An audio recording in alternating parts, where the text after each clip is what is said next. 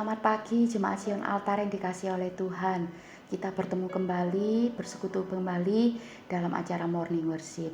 Nah, beberapa waktu yang lalu kita bersama-sama merayakan Imlek, ya. Nah, dikatakan tahun ini adalah tahun kerbau. Waktu saya mengingat kerbau, ya, yang saya ingat di pikiran saya adalah kuk, ya. Di dalam Matius 11 ayat 29 ini adalah ayat yang berbicara mengenai kuk, ya, yang sudah seringkali kita dengar. Pikulah kuk yang kupasang dan belajarlah padaku, karena aku lemah lembut dan rendah hati, dan jiwamu akan mendapat ketenangan. Nah, kuk itu adalah sebuah palang kayu, ya, yang biasanya diletakkan di pundaknya hewan. Tujuannya apa diletakkan di situ? Yaitu supaya hewan ini bisa diarahkan untuk bekerja, tujuannya, ya, tentu saja baik untuk menarik benda, barang yang berat, atau juga untuk membajak, untuk berjalan dari satu tempat ke tempat yang lain, dan lain sebagainya, ya. Jadi pada intinya diletakkan di pundaknya binatang supaya bisa diarahkan. Nah, jadi kuk itu ibaratnya adalah sesuatu yang sifatnya mengikat, ya, mengikat. Nah, ketika Tuhan berkata di dalam Matius 11 ayat 29 tadi bahwa Tuhan meminta kita untuk memikul kuk yang daripada Tuhan, itu artinya bahwa Tuhan itu menaruh suatu beban di pundak kita, menaruh suatu ikatan di dalam kehidupan kita. Nah, kuk ini berbicara apa? Beban apa? Ikatan apa yang Tuhan taruh dalam kehidupan kita? Yaitu tidak lain adalah berbicara mengenai kita hidup di dalam kebenaran. Ketika kita percaya kepada Tuhan, kita tidak lagi berada di dalam kuk dosa, perhambaan dosa, tapi kita hidup di dalam kebenaran. Kita hidup di dalam perintah-perintah yang baru, yaitu perintah-perintah Tuhan. Ya, perintah-perintah yang ada di dalam firman Tuhan. Nah, di dalam Alkitab, ya, dikatakan bahwa Tuhan itu adalah gembala kita yang memimpin kehidupan kita, yang mengarahkan kehidupan kita, dan Dia adalah pemimpin yang baik. Mengapa demikian? Karena Tuhan itu memberikan kuk kepada kita, itu tahu ukuran porsi kerohanian kita, tahu ukuran porsi kehidupan kita. Jadi di ayat 30 dikatakan bahwa kuk yang Tuhan pasang itu enak dan ringan, tidak terasa berat.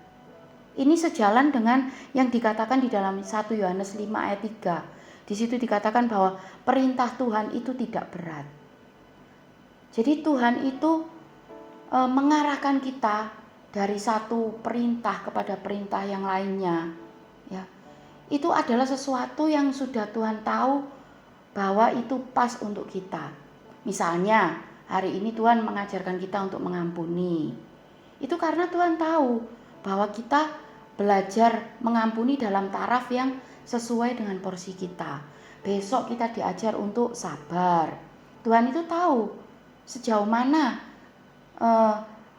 kesabaran yang harus kita pelajari. Tuhan tahu, ya. Jadi Tuhan itu pemimpin yang baik, Dia mendidik kita sesuai dengan porsi kita, sesuai dengan kemampuan kita. Tuhan tahu, ya. Nah, yang harus kita lakukan sekarang apa ketika kita menerima kuk itu, ya? Dikatakan di ayat itu tadi adalah kita mau belajar sama seperti Yesus. Belajar apa? Yaitu menjadi pribadi yang lemah lembut dan menjadi pribadi yang rendah hati. Lemah lembut dan rendah hati ini pada intinya adalah kita itu memiliki hati yang terbuka untuk menerima setiap didikan Tuhan. Juga bukan hanya sekedar terbuka, tapi ketika Tuhan menyatakan sesuatu dalam kehidupan kita, kita belajar juga untuk taat. Taat melakukan, taat melepaskan, ya, taat akan apa yang Tuhan mau dalam kehidupan kita. Nah, jadi saya mengajak Bapak Ibu untuk sama-sama kita di tahun yang baru ini kita mau belajar, ya. Setiap kali kita ingat, oh ini tahun kerbau, kita ingat, oh ini berarti mengenai kuk, di mana saya harus belajar untuk taat, untuk terbuka pada setiap rencana Tuhan, pada setiap pimpinan Tuhan ya, rencana Tuhan. Nah, ketika kita mau taat, ketika kita mau belajar untuk terarah ya, mengikuti Tuhan mau bawa kita ke sini, ke sini, ke sini, ke sini ya. Ketika kita mau taat pada pimpinan Tuhan, maka percayalah ketaatan kita itu akan membawa kita pada penggenapan janji-janji Tuhan. Ketaatan kita akan membawa kita pada rencana Tuhan yang indah, kepada masa depan yang indah, kepada keberhasilan-keberhasilan dan kemenangan-kemenangan atas setiap pergumulan kita. Ya, mari kita sama-sama membuka hati kita untuk terus terbuka pada rencana Tuhan. Tuhan Yesus memberkati. Mari kita sama-sama berdoa. Tuhan Allah Bapa kami, mari Tuhan, saat ini kami berserah kepada Engkau Tuhan, berserah pada pimpinan-Mu, berserah pada perintah-perintah-Mu Tuhan. Mari Tuhan Kau terus nyatakan apa yang jadi kehendak dan rencana-Mu dalam kehidupan kami. Tuhan juga terus Tuhan mendorong kami, memimpin kami, Roh Kudus menolong kami, mengurapi kami sehingga kami boleh lebih peka lagi akan suara-Mu Tuhan. Terima kasih Tuhan, terima kasih. Kami yakin dan percaya Tuhan ada menjaga dan memelihara kehidupan kami. Terima kasih Tuhan, kami mengucap syukur di dalam nama Tuhan Yesus Kristus. Haleluya, amin. Lengkapilah kami Tuhan dengan kuasa-Mu. Lengkapilah kami dengan kasih-Mu.